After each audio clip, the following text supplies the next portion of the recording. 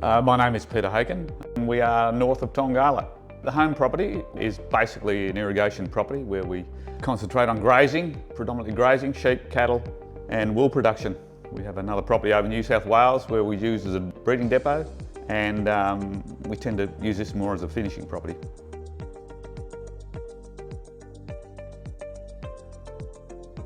Good question. Hard to say when you've been doing it for all your life and it's all you know. I guess it's the satisfaction of breeding your stock, seeing them do well in the market, seeing your wool do well in the market.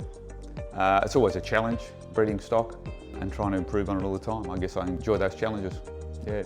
And the creativity behind it. This is about 1,400 acres. The irrigation property is about 1,400 acres. If you want to have influence, you've got to be involved in the process. And water politics has become such a complicated issue in recent times. There's a lot of learning curves to be done by new members, and it's not that they're any smarter than the average customer, but they are more informed because we go to meetings and we're fed information. So it takes a while to digest all that information. And once you've digested that information, that's when the advice going back to Golden Murray water is probably a slightly higher level than what it would just talking to be the average customer.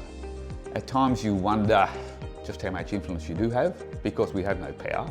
It's really the only power we have is the goodwill of Golden Murray water to listen to us. But geez, I'd hate to think where we would be if we didn't have that input. You know, and most farmers will tell you agriculture is a complex issue. It's unique, it has its own issues, and unless you're involved in agriculture to understand what's required, it's just not there when you're dealing with bureaucracy. So you have to try and get in and explain why this won't work or why something would work better.